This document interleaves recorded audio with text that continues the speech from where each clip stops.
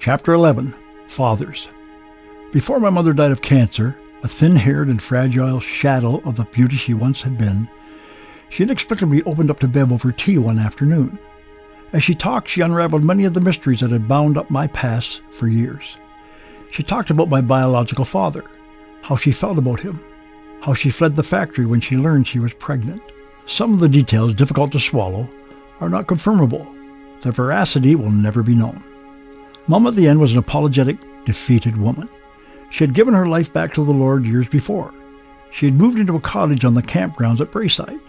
She had encouraged her children in their various ministries, but she never entirely outdistanced her guilt. "Maury, I made such a mess of my life," she whimpered so often when I talked to her privately. I drove home the message of forgiveness again and again to her, reminding her how the blood of Jesus Christ cleanses us from all sin. But to no avail. She could never stop fleeing entirely. She ran from her past until she died. It was only after the funeral, as I stood at the grave and watched the coffin lowered into the earth, that I felt a particular freedom. The freedom to search for my biological father.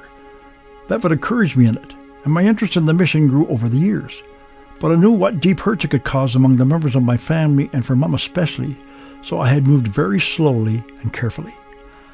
I never felt anger toward the mystery man whose chromosomes I carried in my body. I had known too little of him. I had been introduced to him through too complicated a maze of untruths and half-truths over too great a span of time. At no intersection in my life did I ever get a full report or comprehensive description of the original Maury Blair. Was he a war hero? It became clear years later that he was not, although he may have had a military background that gave him impetus to my mother's far-fetched lie. But did he die in the World War? What we eventually determined to be untrue altogether. Who visited the London hospital during my stay there as an infant and signed in as Maury Blair? Had the original Maury Blair surfaced for some unknown reason? Or was it someone else using my name as Mother had supplied? My mother never provided an answer. The answer can probably never be known. Bev and I began to pursue the mystery father even before Mom died, and Bev's artful questioning of my mother produced the detail that Maury Blair had gravitated from Flint to Fort Wayne, Indiana. Bev called Fort Wayne operator and asked if there was a listing for Maury Blair. "No," the operator replied, "but we have a Maurice Blair." Bev placed a person-to-person call to the number in the Fort Wayne and asked the operator to ask for Maury Blair instead of Maurice. I listened on an extension phone as a man answered. "Yes, this is Maury Blair." It was a weird sensation to hear my own voice on the other end of the line, but the match was undeniable. Bev asked him if he were the Maury Blair who lived and worked in Flint, Michigan in 1937 at Irving Machine Parts. "Yes, I'm that same Maury Blair." Bev explained that her husband was a minister with the same name who was trying to locate his real father, and that the search had led right to him. "Are you the right man?" Bev asked, eagerly, sure that he was. There was a moment of silence, then the tense response, "No, I don't think so." Bev bit her lip. She realized too late that she had told too much too soon, and now she had few options. She cut the conversation short. "All right, thank you," and hung up. We held a hurried, nervous conference. We had burst the bubble now. In the drama of encountering my biological father for the first time in any fashion, we were not sure what to do next. Set it all aside and forget it? Pursue him? Try to meet him? And what had he done to the man himself? Was he standing at the phone in Fort Wayne in tears? In fear? Did he expect us to blackmail him? What did his family know about the Alice Wick of so many summers ago? We decided that I should call him back. When I introduced myself on the phone, he asked me to wait a moment. I heard him put the phone down, then I heard a door close. Then he picked up the phone again. I explained my story to him, gingerly avoiding any suggesting of an accusation that would put him on the defensive. This, I figured, could be my last shot. After this conversation, he could change his phone number, move to a different city, alter his identity, or lose me forever by any one of the numerous other methods. But he was too intrigued, as I would have been in his shoes, to let the opportunity pass. And he asked me question after question about my work, my family, my situation in life. He never admitted to fathering me, never made any reference that could be so construed, but his interest in me was fatherly, and intensely so. At the end of the conversation, we agreed that I should call him again sometime in the future and talk further. As I hung up, I realized I was breathless. The one long-distance encounter satisfied me for a long time. Life went on. Our work continued. The ministry commanded our attention month after month with few let-ups. But the seed of the unknown had taken root. And the next autumn, Bev and I were driving home from a conference in Missouri when we decided to stop in Fort Wayne. A phone book in the public phone booth told us the address of Maurice Blair. Nervously, we drove by the place, and grasping at the moment for posterity, took pictures of the house.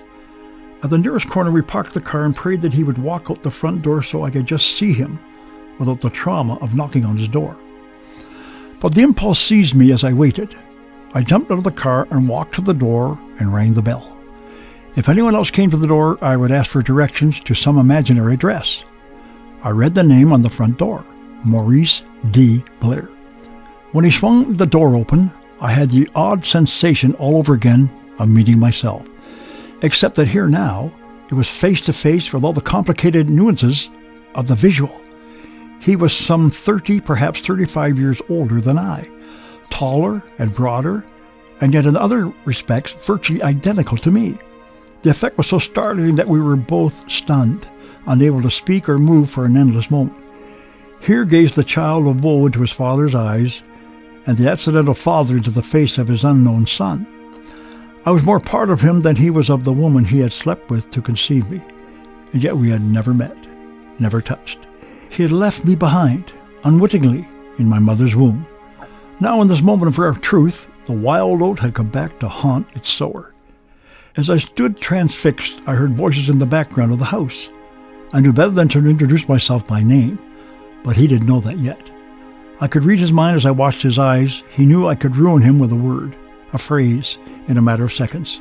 Behind those eyes, so like my own, he was masking the terror of exposure. I ached to tell him who I was, to resolve the question that would linger forever if I didn't. Were we truly father and son? I knew by all logic there could be no other explanation for the multitude of coincidences that converged our lives at this point. But still, to sit and talk with him, to explore, to fill in the innumerable gaps, would have somehow completed my earthly self. Instead, as I saw the fear in his face, I mumbled a request for directions to some fabricated address. The question was probably incoherent, but little matter. He mumbled in reply that he could not help me, and that was probably true in several different ways. I told him I would try further down the street, and I turned to walk toward the car. I did not turn around, but Bev viewed everything from the parking place. She saw the man step out onto the veranda and watch us until we were out of sight. The rest of the drive to Canada was accomplished in silence. I was numb. There was no way to take the kind of event it had been and put it immediately into sentences and paragraphs of conversation. After 35 years on this earth, I had confronted the man who had given me life, and for the moment, the encounter had drawn the life out of me. I did not have the heart to pursue him. Each time over the space of the following months that I came to the point of picking up the telephone, I could only see his terrified face, looking perhaps like a grown-up version of my own face in the days of facing Cyrus. So it was a full year before I finally placed the call. It was a cordial talk, a short conversation in which I suggested that we could have coffee together sometime when I was in Fort Wayne. He agreed pleasantly, and we hung up. I did not mention the incident at the door. I thought we could talk about that in person. We never talked again. In the next year, he died of a heart attack. Later, I tracked down Maurice D. Blair's younger brother and discovered through him that I had half-brothers and half-sisters living in Fort Wayne. But for me, the quest was largely over. Only for the record books, only for the satisfaction of human fancy and inquisitiveness had I searched up my father at all. Completeness for me never hinged on discovering the source of my genetics. Completeness for me had occurred in that squalid little house in Paris, Ontario, years before, as I thumbed the pages of a borrowed book in my lonely upstairs bedroom. Completeness for me had been watching me and loving me all along. God had never been confused about my bloodline. Before I formed thee in the belly, he declared through Jeremiah 1 verse 5, I knew thee, and before thou camest forth out of the womb, I sanctified thee. My earthly bloodline never restricted him. He would provide a new bloodline anyway. In those marvelous moments, as he revealed himself to me, I became the person I was destined to be. Scandalous heritage notwithstanding. Once the child of woe, I became instantly a child of the King. The agonies of my youth remain vivid in my memory, although my Father healed the pain. The victimization of the innocent, like the suffering of the saints, can never be fully explained in this life. Even godly Job may have only suffered his personal horror for the benefit of those of us who could read this account and learn from it centuries later. I was fortunate. God gave me a work in which I could trade my own troubled past for the helping of others later on. In my ministry, I have been privileged to work with hundreds and hundreds of people who needed the counsel of a person who'd been there, a person who had faced his own Cyrus Wick. God has given me the opportunity to speak at youth camps, Christian businessmen's conventions, rock festivals, even overseas.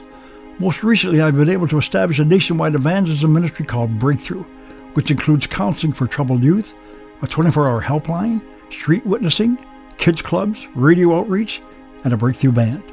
In these satisfying ways and more, the Heavenly Father has redeemed the lost years for me many times over by giving me the opportunity of declaring the phenomena of His loving power. If He could rescue me from that hopelessness, He can rescue anybody from anything.